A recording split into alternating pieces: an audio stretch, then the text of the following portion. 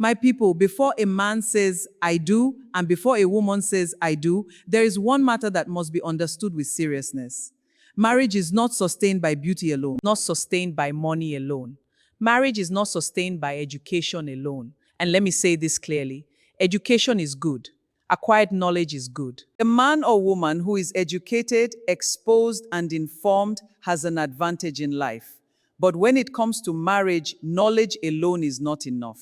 Knowledge can teach you how to speak good English, how to manage business, how to calculate money, how to pass examinations, and how to succeed in your career. Knowledge can be acquired in school, in books, in seminars, in lectures, and through training. But wisdom is deeper than that. Wisdom is the ability to use what you know in the right way, at the right time, with the right attitude. Knowledge may tell you what to say, but wisdom tells you when to speak and when to be silent. Knowledge may give you information, but wisdom gives you understanding.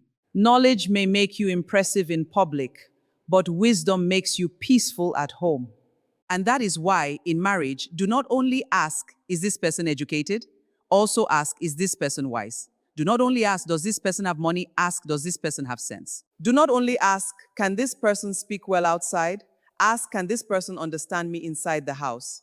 Because many people are brilliant in public but careless in private. Many people are respected outside but difficult at home.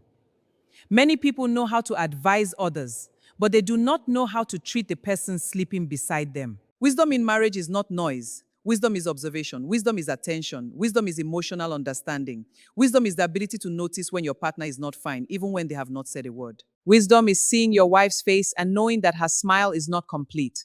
Wisdom is hearing your husband say, I am okay, and still understanding that something is troubling his heart. Wisdom is knowing that sometimes your partner does not need argument. Sometimes they only need tenderness. Sometimes they only need a warm hug. Sometimes they only need someone to sit beside them and say, I am here. Talk to me when you are ready. They can read books, but they cannot read the mood of the person they married. They can explain big matters, but they cannot understand simple silence. Their partner is sad, but they do not notice. Their partner is tired, but they do not care. Their partner is changing, but they continue as if nothing is happening. That is not wisdom. A wise husband studies his wife. A wise wife studies her husband. Not to control them, not to manipulate them, but to understand them. Because marriage is not just living in the same house. You must know when they need correction, and you must know when they need comfort. You must know when to speak, and you must know when your words may create more fire. There are people who enter marriage with certificates, but without patience. They enter marriage with beauty, but without emotional discipline. They enter marriage with money, but without humility. And after some time, they begin to wonder why the home is not peaceful. The reason is simple. Marriage does not obey only what you have. Marriage responds to who you are. Your character will speak louder than your wedding dress. Your attitude will speak louder than your bank account. Your wisdom will speak louder than your certificate. Watch how they respond when you tell them, please, this thing hurts me. If you correct someone once, twice, 3 times, and the person keeps repeating the same thing without effort to change, my dear, open your eyes. That may not just be a mistake, it may be a pattern. And a pattern you ignore before marriage can become a prison after marriage. A person who truly loves you and has wisdom will not wait until you cry every day before they adjust. They will hear you. They will think about it. They will make effort. They may not become perfect immediately, but you will see willingness, you will see concern, you will see humility. You will see that they are not only saying, I am sorry, but they are also trying not to repeat the same wound again. That is wisdom. That is maturity. That is a heart that can build a home. But when a person is always defending themselves, always blaming you, always turning every correction into an argument, be careful.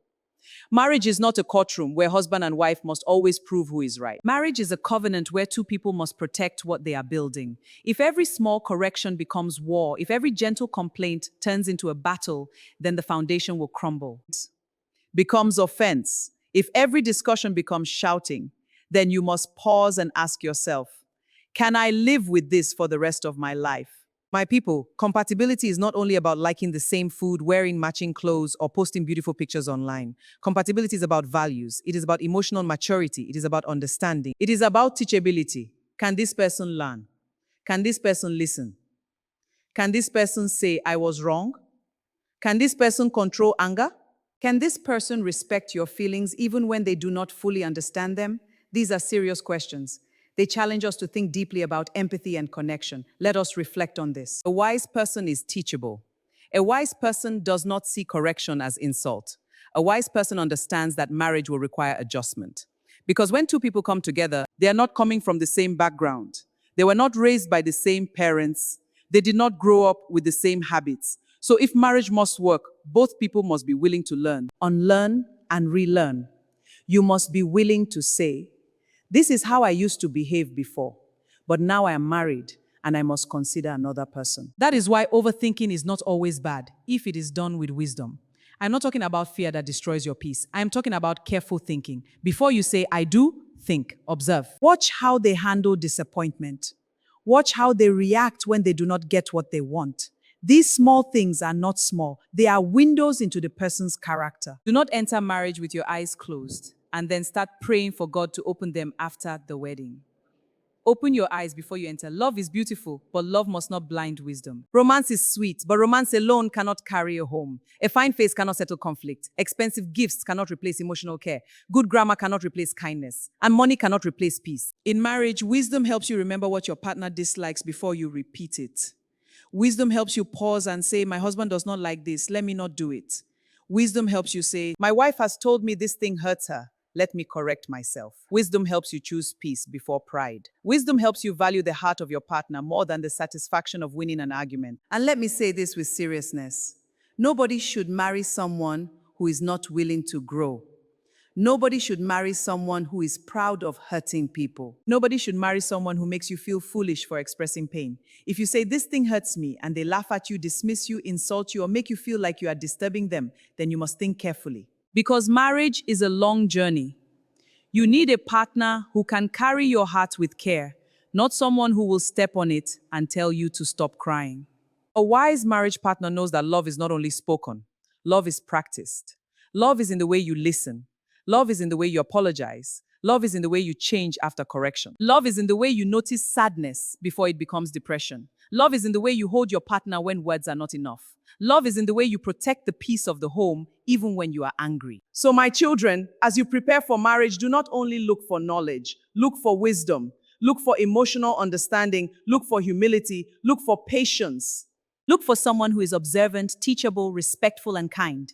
Look for someone who can disagree with you without insulting you. These are the qualities that build strong, respectful relationships. Look for someone who can be angry and still remember that you are not an enemy. Look for someone who can say, let us talk, instead of someone who always says, leave me alone. Because in the end, marriage is not just about finding someone to love. It is about finding someone who has the wisdom to protect that love. It is about choosing someone who understands that a home is not built in one day. And it is not protected by one person alone. It takes two people, two humble hearts, two listening ears, two forgiving spirits, two people who are willing to learn, willing to change again and again. That is the kind of person you should marry. Not a perfect person, because no human being is perfect, but a wise person, a teachable person, a person with understanding. My dear people, marriage is not a battlefield. It is a sacred home built on patience and maturity. Handle it with wisdom or risk destroying it. Remember this always. But I want you to remember this. Marriage is not a place for pride, carelessness, or stubbornness. Marriage is a sacred home that must be protected with wisdom, patience, understanding, and love. I truly appreciate every one of you for listening. And I pray that these words touch the right heart at the right time. I will see you again in my next video. And please, if you love this channel, if you love the message, and if you appreciate what we are doing here, kindly subscribe to this channel and stay tuned for more. God bless you, my children.